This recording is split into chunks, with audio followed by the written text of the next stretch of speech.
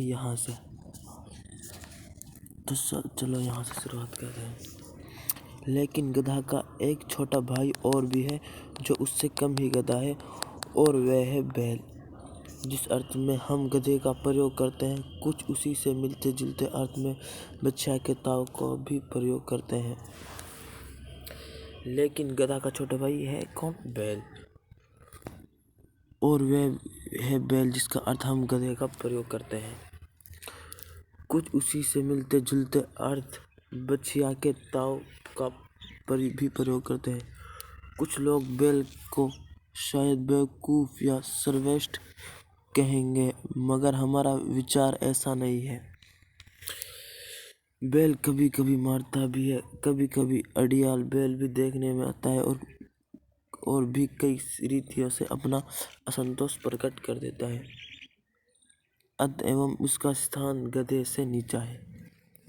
लेखक ने इसमें क्या कहा है कि जो वो बैल है वो भी एक गधे का छोटा भाई है, लेकिन गधे से कम बेवकूफ़ है, और बैल को बछिया का ताव कहते हैं।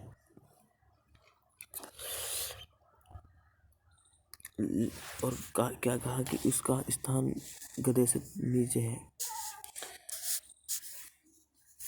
झूरी कांची के दो बैलों का नाम थे, हीरा और मोती।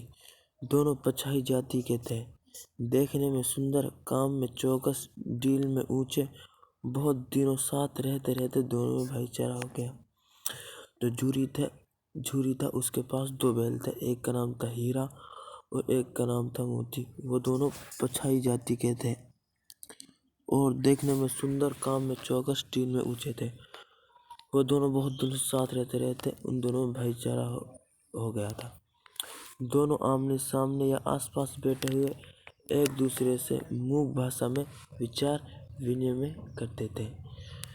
जो हीरा और मोती थे वो दोनों आमने सामने बैठे कर एक दूसरे से, इनकी जो भाषा थी मूक, उसमें बात करते थे।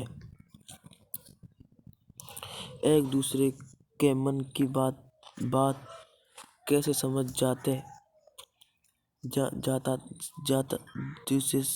जाता था हम नहीं कह सकते।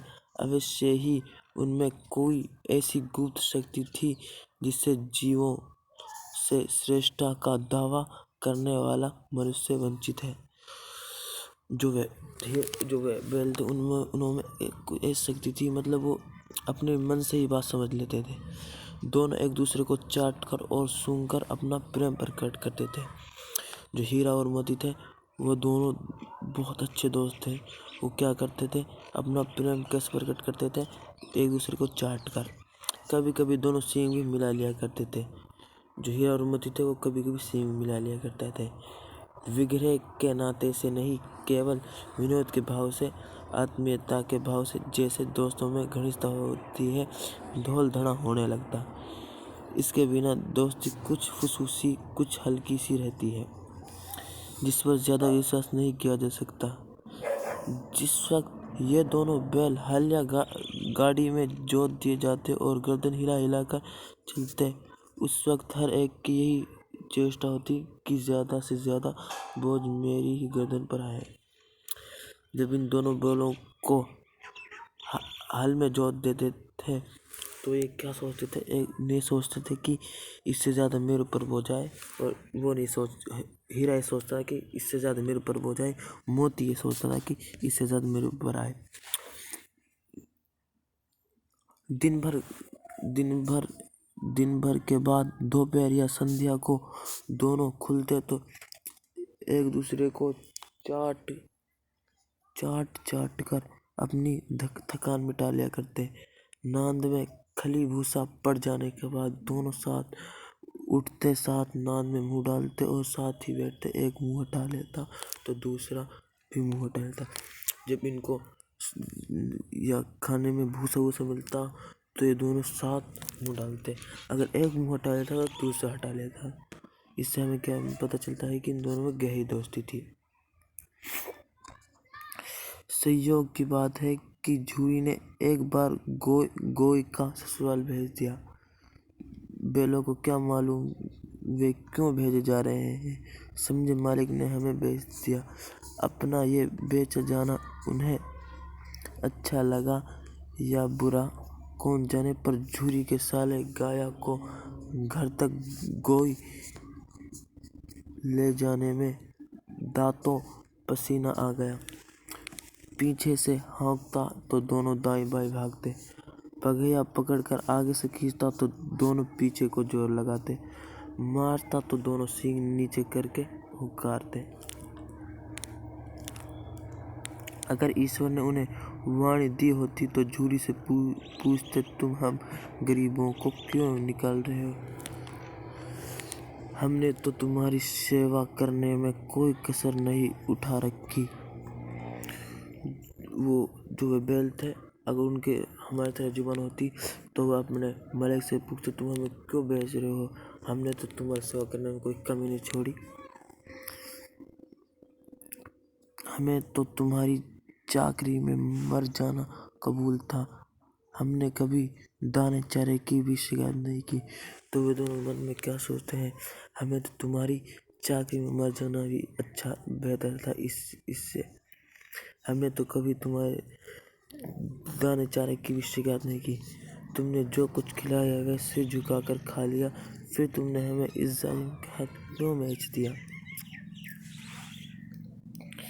संध्या शाम समय दोनों बैल अपने नए स्थान पर पहुंचे। संध्या को वह दोनों अपने नए स्थान पर पहुंचे। दिन भर के भूखे थे, लेकिन जब नांद में लगाए गए तो एक ने भी उसमें मुंह न डाला। जब वो दोनों नांद में लगाए गए तो उनमें से एक ने भी उसमें मुंह नहीं डाला। दिल भारी हो रहा था, जिससे उन्होंने अपना घर समझ रखा था वह आज उनसे छूट गया था। यहाँ नया घर नया गांव, एक आदमी उन्हें बेगाने से लग रहे थे। जिन्होंने वो अपने मन में सोचते हैं कि हमने जिसको अपना घर समझ रखा था वो हमसे छूट गया। अब वो नए जगह पर आके और नए आदमी और नए गांव उनको बेगाना सा लग रहे थे। दोनों ने अपनी मूक भाषा सलाह की, एक दूसरे को कनाखियों से देखा और लेट गए।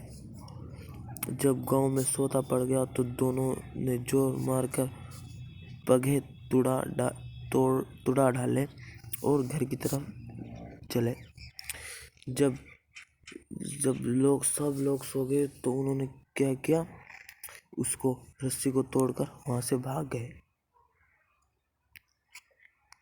पगे बहुत मजबूत थे, अनुमान न हो सकता था कि कोई बैल उन्हें तोड़ सके। वह इन दोनों ने इस समय दूनी शक्ति आ गई थी, एक एक झटके में रस्सियां टूट गई। कोई अनुमान नहीं लगा सकता कि उन रस्सियों को तोड़ सकता है, पर उसमें उन दोनों में बहुत शक्ति आ गई थी और इन दोनों ने एक एक झटके में उसको तोड़ दिया। झूरी प्रातः काल सोकर उठा तो देखा कि दोनों बैल चरनी पर खड़े हैं। दोनों की गर्दनों में आधा आधा गरौ लटक रहा है, घुटने तक पांव कीचड़ में भरे हैं और दोनों की आंखों में विद्रोह सीने झलक रहा है। जब झूरी प्रातः कल सोकर उठा तो उसने क्या देखा कि वो जो दोनों बैल थे वो दोनों वहां खड़े थे और घुटनों तक उसके पांव कीचड़ में सने हुए थे। दोनों की आंखों में क्या था, विद्रोह में सीने झलक रहा है। झूरी बैलों को देखकर सीने से गदगद हो गया, दौड़कर उन्हें गले लगा लिया।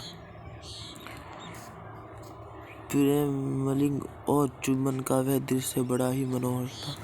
घर और गांव के लड़के जमा हो गए और तालियां बजा कर उनका स्वागत करने लगे। गांव के इतिहास में यह घटना अभूतपूर्व न होने पर महत्वपूर्ण थी।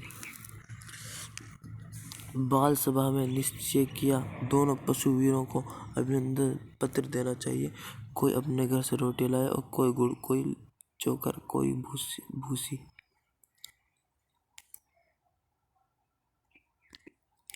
एक बालक ने कहा, ऐसे बैल किसी के पास न होंगे। दूसरे ने समर्थन किया। इतनी दूर से दोनों अकेले चले आए। तीसरे बोला, बैल नहीं है, वे उस जन्म के आदमी है। इसका परिवाद करने का किसी का साहस न हुआ।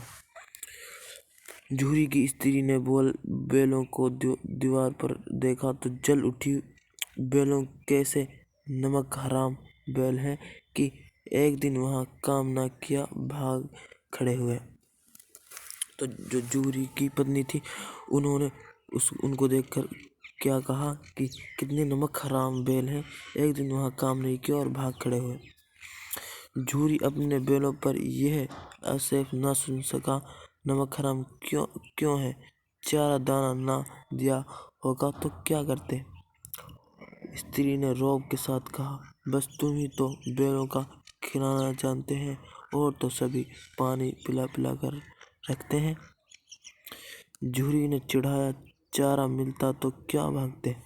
स्त्री चिढ़ी, भागे इसलिए कि वे लोग तुम जैसे बुद्धों की तरह बैलों को सहलाते नहीं, खिलाते हैं, रगड़ कर जोतते भी हैं। ये दोनों ठहरे कामचोर, भाग निकल। अब देखो कहाँ से खली और चोकर मिलता है। सूखे भूसे को सिवा कुछ न दूंगी, खा चाहे मरो। झूरी की पत्नी ने क्या कहा कि तुम्हारे तराहे के सब इनको चूमते हैं और रगड़ कर जोतते हैं, सब इनको रगड़ कर जोतते हैं। ये दोनों ठहरे कामचोर हैं। अब देखो कहाँ से इनको खली चोकर मिलता है। उसने क्या किया, उनको सूखा भूसा डाल दिया। वही हुआ, मजूर को कड़ी ताकीद कर दी गई कि बैलों की खाली सूखा भूसा दिया गया। बैलों ने नाद में मुंह डाला तो फीका फीका, ना कोई चिकनाहट ना कोई रस। क्या खाए? आशा भरी आंखों से दीवार की ओर ताकने लगे। झूरी ने मजूर से कहा, थोड़ी सी खली क्यों नहीं डाल देते बे? मालकिन मुझे मार ही डालेगी। चुरा कर डाल आ, ना दादा पीछे से तुम भी उन्हीं की ही कहोगे। जब बैलों ने उसमें मुंह डाला तो उसको ना कुछ फीका फीका सा लगा, ना उसमें कोई चिकनाहट ना कोई रस। झूरी मजूर से कहा, थोड़ी सी खल क्यों नहीं डाल देते वे? मालकिन हमें मार डालेगी। तो हमारा पार्ट 1 नहीं खत्म होता है। तो कैसा लगा कमेंट कर जरूर बताइए।